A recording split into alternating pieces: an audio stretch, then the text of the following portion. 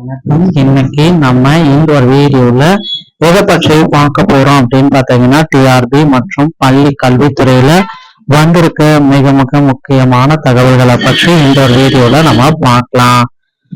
ஆசிரியர் தகுதி தேர்வில் தேர்ச்சி பெறாத ஆசிரியர்களின் பதவி உயர்வு சார்ந்த எந்த கோரிக்கைகளும் நீதிமன்றம் ஏற்கக்கூடாது. இது ஒரு குறிப்பாகவே சொல்லியிருக்காங்க. அரசு பள்ளிகளில் ஜூலை 10ஆம் தேதி மகிழ்முற்றம் மாணவர்கள் குழு பதவி ஏற்பு. அரசு பள்ளிகள்ல இது நடத்துறாங்க. டெட்டரில் தேர்ச்சி பெறாத ஆசிரியர்களின் பதவி உயர்வுக்கு எந்த கோரிக்கைகளுமே ஏற்கக்கூடாது.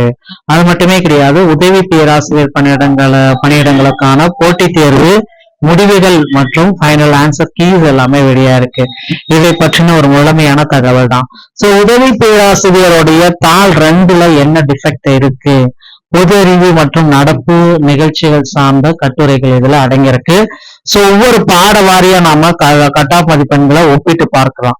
தமிழ்ல பாத்தீங்கன்னா தேர்வர்கள் மொத்தமாவே பாத்தீங்கன்னா 7000 டோட்டல் தேர்வர்கள் அப்படின்னு நம்ம பாக்குறப்ப 7913, தகுதியானவர்கள் 3460, தகுதி அற்றவர்கள் அப்படின்னு நம்ம தகுதியானவர்கள்ல அதுல 2040, அதுல தகுதியானவர்கள் 1785.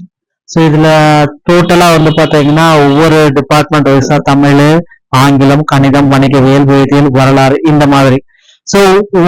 இப்ப டாப் மார்க் அப்படின்னு நம்ம பாக்குறப்ப இந்த பேப்பர் 2ல பாத்தீங்கன்னா 50வது மதிப்பெண்ல 46 ஒத்திகம், ஓகேங்களா, 34.5 ரேங்க் லிஸ்ட்.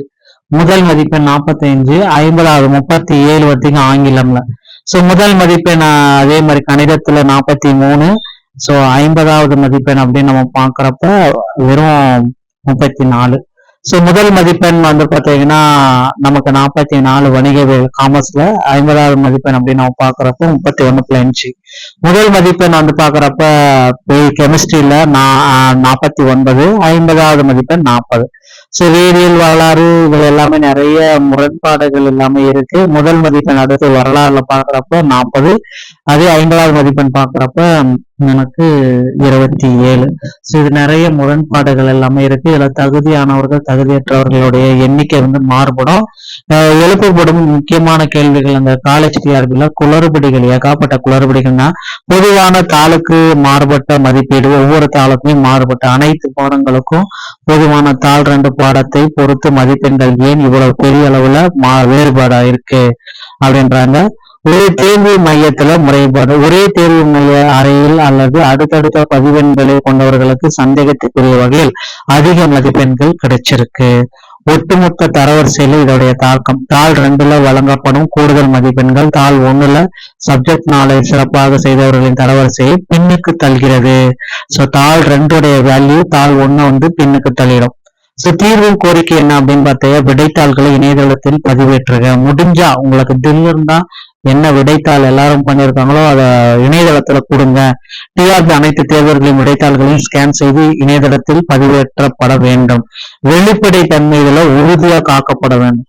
மதிப்பெண் வழங்கப்பட்ட முறையில் உள்ள சந்தேகங்களை தீர்க்க அரசு உரிய நடவடிக்கை எடுக்க வேண்டும். கூட்டு முயற்சி, தகுதியானவர்கள் பணியில் சேருவதை உறுதி செய்ய வேண்டும், தகுதியற்றவர்களுக்கு பணி கொடுப்பதையும் உறுதி செய்யப்பட வேண்டும் அப்படின்னு சொல்றாங்க. இது டிஆர்பி உதவி பேராசிரியர்ல மிகப்பெரிய குளறுபடி. தேர்வை ரத்து செஞ்சுட்டு இன்னொரு டைம் நடத்துங்க அப்படின்றது பெஸ்ட். டெட்டாசிரியர்கள் தகுதி தேர்வில் தேர்ச்சி பெறாத ஆசிரியர்களின் பதவி உயர்வை எந்த ஒரு நீதிமன்றமும் ஏற்கக்கூடாது அப்படின்றத குறிப்பிட்டு போயிருக்காங்க. இது பாத்தீங்கன்னா ஆசிரியர் தகுதி தேர்வில் தேர்ச்சி பெறாத பதவி உயர்வு சார்ந்த எந்த கோரிக்கைகளும் நீதிமன்றம் ஏற்கவே கூடாது அப்படின்ற ஒரு அப்டேட். அதே போல ஜூலை 10ஆம் தேதி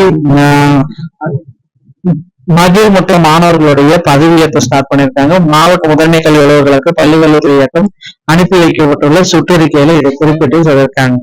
நம்ம தலைமை பண்பை வகிக்கும் வகையில் மகிழ்முற்றம் திட்டத்தையும் குறிஞ்சி, முல்லை, மதுரம், நெய்தல், பாலை என 5 மாணவ குழுக்கள் அமைத்து தலைவர், அமைச்சர்கள் தேர்வு செய்யப்படுவார்கள். இதன் மூலம் மாணவர்களும் அரசியல் சார்ந்த அறிவு சார்ந்த ஆளுமை திறன் மேம்பட்ட மாதிரி சட்டப்பேரவை, நாடாளுமன்றம் நடத்தப்படும். இதற்காக பள்ளி தலைமை ஆசிரியர்களுக்கு பயிற்சி தர வேண்டும் அப்படின்றத குறிப்பிட்டிருக்காங்க.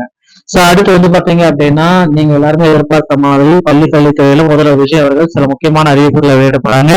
சோ டிஆர்பில ஆசிரியர்கள் பகுதி நேர ஆசிரியர்களுடைய பணிநிரந்தர வாய்ப்பை விரைவில் கொடுக்கலாம் அப்படின்றது எதிர்பார்க்கப்படுது.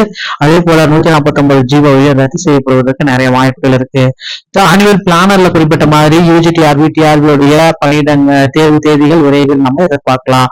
டிஆர்பியில இந்த தகவல்கள் உங்களுக்கு பிடிச்சிருந்தா நீங்க நம்மளுடைய சேனலோட இணைந்திருக்க மீண்டும் ஒரு நல்ல தகவலோட நான் உங்களை சந்திக்கிறேன். நன்றி, வணக்கம், தேங்க்யூ.